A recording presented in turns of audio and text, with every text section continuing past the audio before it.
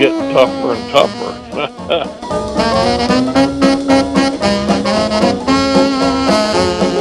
That's baseball. What you see is LSU is one of just a few SEC teams and other teams that handled a very, very, very tough regional, much tougher than it looked.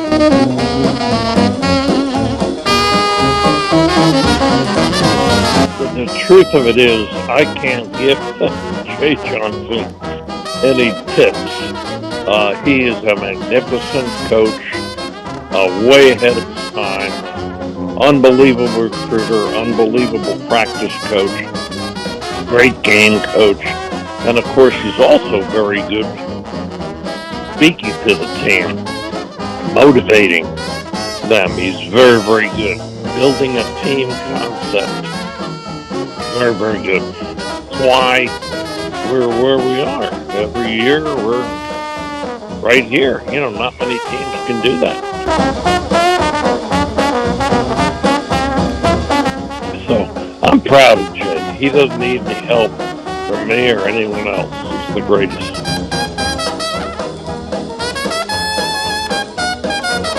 Hello and welcome to On Base with Skip Bertman. This is Glenn Gilbo, Tiger Rag editor, and this is our second podcast installment with the great Skip Bertman. Well, Skip, LSU just defeated Arkansas Little Rock 10-6 on Monday night, and now they host West Virginia in the Super Regional Best of Three beginning Saturday, 1 o'clock on ESPN, and then they play 5 p.m.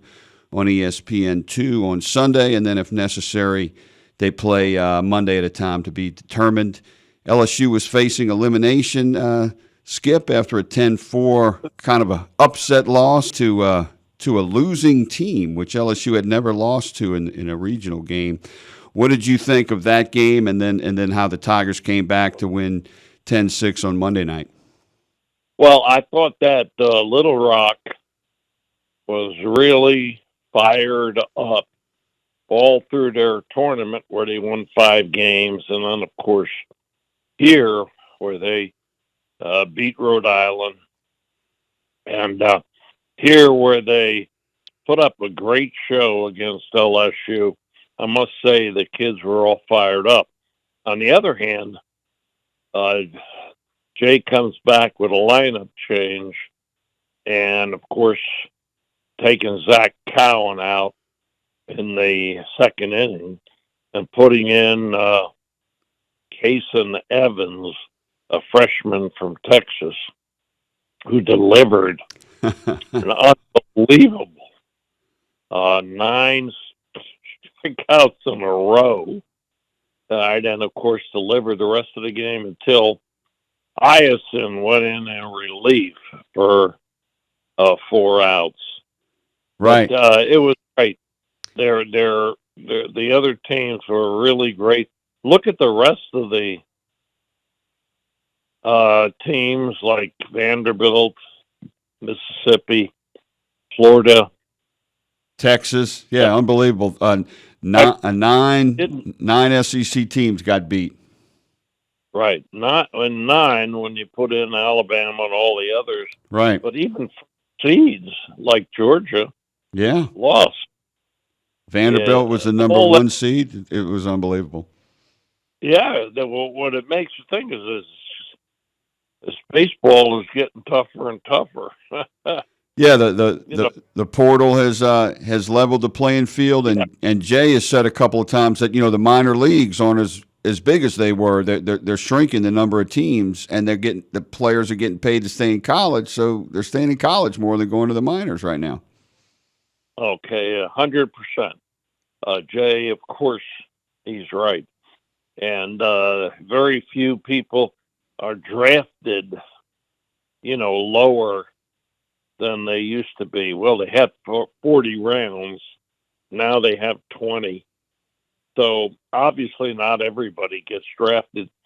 And you're right. There's only, I think, my minor league team for each team in the big leagues at the A level, and maybe high A and low A, but not many teams. So no place to put them. Can't draft them or sign them. Hey, Skip, did Ben McDonald or one of your other great pitchers like Russell Springer or Brett Laxton, did they ever strike out 9 in a row? I don't think so. Bill Frankus, of course, would know immediately. But no, I don't know that. I will say this. The game that Casan Evans pitched remind me of a great game at Long Beach by Mike Sorotka. Of course, Brett Laxton in the final game, the 1993 Right. College World Series, where he struck out 16. Wichita And State, of course, right. yeah, against Wichita State. And I thought that there were other pitchers like Doug Thompson and others that rallied from time to time with a magnificent outing like Casan Evans. But Casan hadn't pitched in 17 days. Yeah, that was amazing. Yeah, you don't know what's going to happen, really, although he's a terrific pitcher and a great kid from Texas. And I think that he'll be the number 3 starter now if he doesn't have to use him in relief in game 1 or 2. And, of course, we hope to win games 1 and 2 with Cade Anderson and Anthony Iacin. Do you think there's a chance he might start Ianson in the first game Saturday because he could bring him back in the third game? He actually kind of said that the other day. I mean, that was a possibility. Well, I'll tell you, in these times, meaning the tournament times, there's always a shot at bringing back an ace. And Jay, of course, has done that. Last year when he brought Cage Jump in, it was a great coaching move. And with 2 strikes, some guy, low batting average guy, hit a ball with eyes up the middle, North Carolina. But, that's baseball. What you see is LSU is one of just a few SEC teams and other teams that handled a very, very, very tough regional, much tougher than it looked. Welcome to the Chevy Lightning Round. Guess the clues to win. First team, you're up. Powerful, commanding, unstoppable. Silverado. Adventurous, fun, techie. Trailblazer. Stylish, nimble. Trax. Innovative, electric. Blazer EV. Lightning Round champions. You've guessed all the right Chevy clues. Wherever the year takes you, explore it together in the Chevy of your choice. See your Super Chevy dealers today. You're listening to the On Base podcast with Skip Bertman here. This is Glenn Gilbo with Tiger Rag magazine. And, Skip, the Little Rock came in here 24-32. They won the conference tournament. LSU went into the weekend with 75 losses in NCAA postseason play since before you got there, because they went to the regional once in the late 70s. They had 75 losses, and none of them were to a team with a losing record. So Little Rock was the first team with a losing record to beat them in the NCAA, and then had they won the second game on Monday night, it would have been the biggest loss ever in NCAA postseason. So a little pressure there for Jay. I think what we saw here, though, for all people, is that in baseball, anything can happen. It's not like football where you're bigger, stronger, basketball where you're taller, stronger. In baseball, the teams are similar. They all played in the same place the year before they went to college, or they came from another college that's transfer, which, of course, is so big today. Given all of that, I think Jay is just a wonderful recruiter of transfer people like this year. It's just incredible how his transfers have helped us. I'm very proud of Jay, very proud of the team. Skip, we had Jay Johnson on Tiger Rag Radio this week, and he said that he often talks to you about strategy, particularly pitching strategy, and y'all have lunch every now and then, and also with pitching coach Nate Yeske. What's some of the strategy tips you've given him that maybe he's used recently? Now, I'll tell you what, that's a very, very good question, of course, because I do see Jay, every week or sometimes at practice, and of course after games and so on. The truth of it is, I can't give Jay Johnson any tips. He is a magnificent coach, way ahead of his time, unbelievable recruiter, unbelievable practice coach, great game coach. And, of course, he's also very good speaking to the team, motivating them. He's very, very good. Building a team concept. Very, very good. That's why we're where we are. Every year we're right here. Not many teams can do that. Right, and Skip, one of the things he's doing is he's bringing Ianson, a starter, one of his top starters, out of the bullpen in closing situations.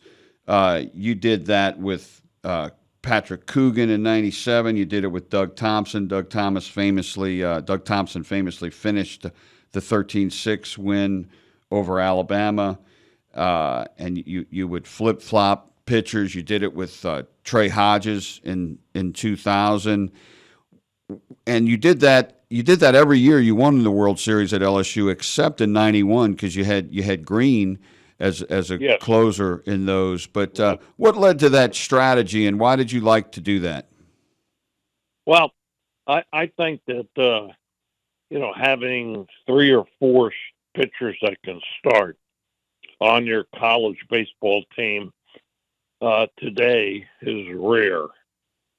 All right, what you could have is 2 great starters and several relief pitchers, but it's very hard for somebody to come in and just dominate in the Southeastern Conference, although there are people that have done it.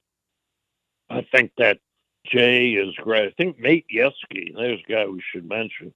I think he's a wonder. I think he's the best pitching coach in America. The kids never any feel their position like you just saw. Right. Casan Evans. They hold the runners. They are terrific in strikeouts. They strike out a lot of people. I mean, our staff and all our players got a lot of people. I guess we're first or second or third in America with strikeouts. So I'm proud of Jay. He doesn't need any help from me or anyone else. He's the greatest. Well, he's going to ask you. And he mentions you a lot. But, well, let's wrap this up. On Base with Skip Bertman podcast. Skip, what do you think of this super regional against West Virginia? West Virginia does not have great pitching, and they don't play great defense. Of course, you won a national championship in '93 with a team that set the school record at the time for errors, so you never know. But do you see LSU winning in 2 or 3, or what do you see out of this regional? Well, I don't know anything about West Virginia other than they have a good record. My God, their wins and losses are very similar to our record, which is really terrific. I don't know. I don't know anything about West Virginia, but I guarantee you this, Jay is going to study them on videotapes, and he's going to know an awful lot about them, 1 through 9, who can hit. He's going to know about their pitchers and what our hitters can do. Yeah, he's great at preparation.